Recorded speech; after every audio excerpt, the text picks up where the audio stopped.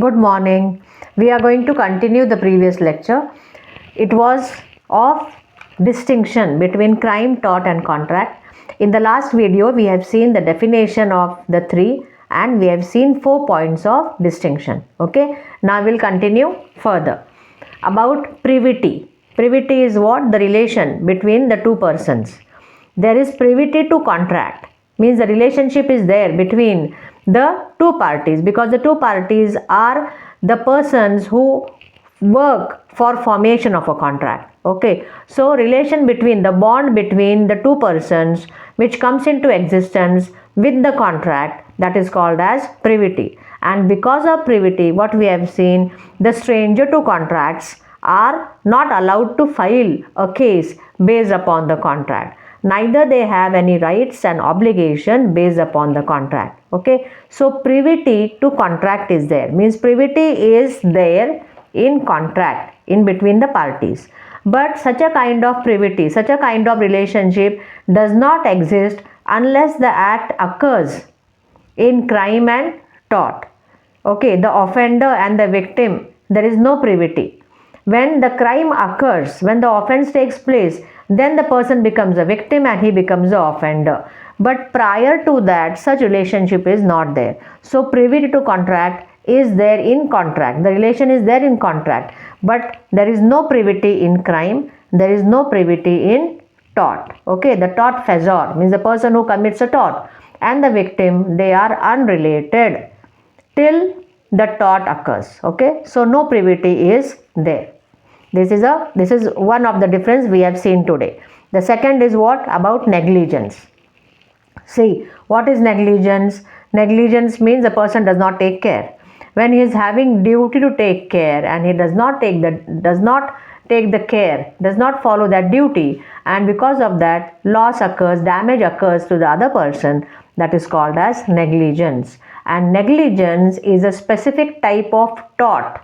Okay, we have seen Dunnock versus Stevenson.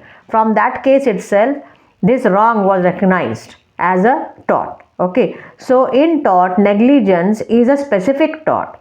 Okay, we'll see in crime. Negligence with specific intention is a crime. Means when a person does an act without taking due care and all, and there is intention also, specific intention is there, then it becomes a crime. So negligence with specific intention is a crime. Rash and negligent driving causing death, it is a crime. Okay, so negligence with specific intention is a crime. Negligence is a specific tort. However, in a contract there is no concept of negligence, means we never read, or where there is no concept like a person has entered into contract negligently. No question of negligence comes. Okay, now we'll see about the remedies. In a crime, the criminal is to be punished. So the remedy which is given for crime in law is what? Punishment. There are different kinds of punishment. Capital punishment is there, life imprisonment is there, just imprisonment is there, rigorous imprisonment, simple imprisonment, then solitary confinement is there, fine is there, forfeiture of property is there.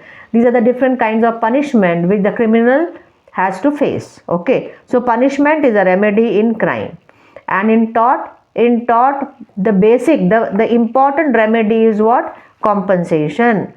The monetary compensation will be given to the plaintiff. Okay, the plaintiff has to prove that the defendant has done the tort, he has done the wrong, and I have faced such a loss. It will be calculated and the judge is going to give him monetary compensation, which is unliquidated compensation. Okay, in contract also compensation is one of the remedy. In tort and contract, other remedies are also there, but the basic remedy is what? Getting compensation. But in contract, the compensation can be liquidated, means it can be fixed prior. Okay, liquidated damages is there in contract, unliquidated damages are there in tort, and in crime the remedy is punishment. Okay, in crime, where you have to file a case, you have to file a case in a criminal court. Okay, in tort and contract, they are civil wrongs, so you have to file a case in a civil court. If tort occurs, the victim has to approach the civil court. If breach of contract occurs, the aggrieved person has to approach to the civil court. And if crime occurs, then the person has to go to the magistrate, go to the criminal court. Okay. Now, if you see criminal law, it is codified. It is a law which tells that this is a crime. Unless law states it cannot be declared, that act cannot be declared as a crime. Okay, so law is required. So the criminal law is codified. The whole criminal law is codified. In tort, what we have seen, it is mostly uncodified.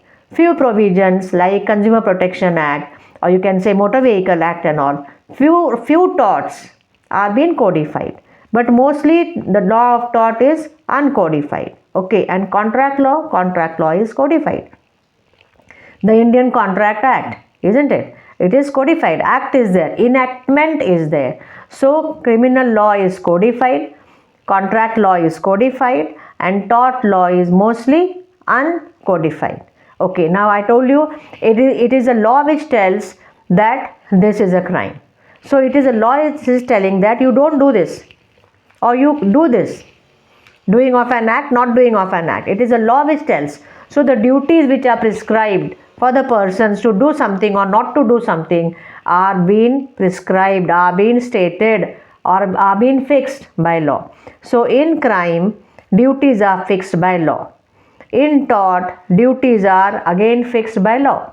Tortious liability arises with a breach of a duty fixed by law towards person generally. This is a definition which has been given by Winfield. So it is specifically mentioned what is a tort. Tort means a civil wrong. It is a breach of some duty, and their duty is fixed by law. And in contract, what happens? In contract law, it is just mentioned how to enter into contract. But the terms and conditions in the contract are fixed by the parties. The parties are going to negotiate with each other. They will decide the terms and conditions. It is like a private legislation. So the parties decide the duties which are there. The parties decides the rights which are there.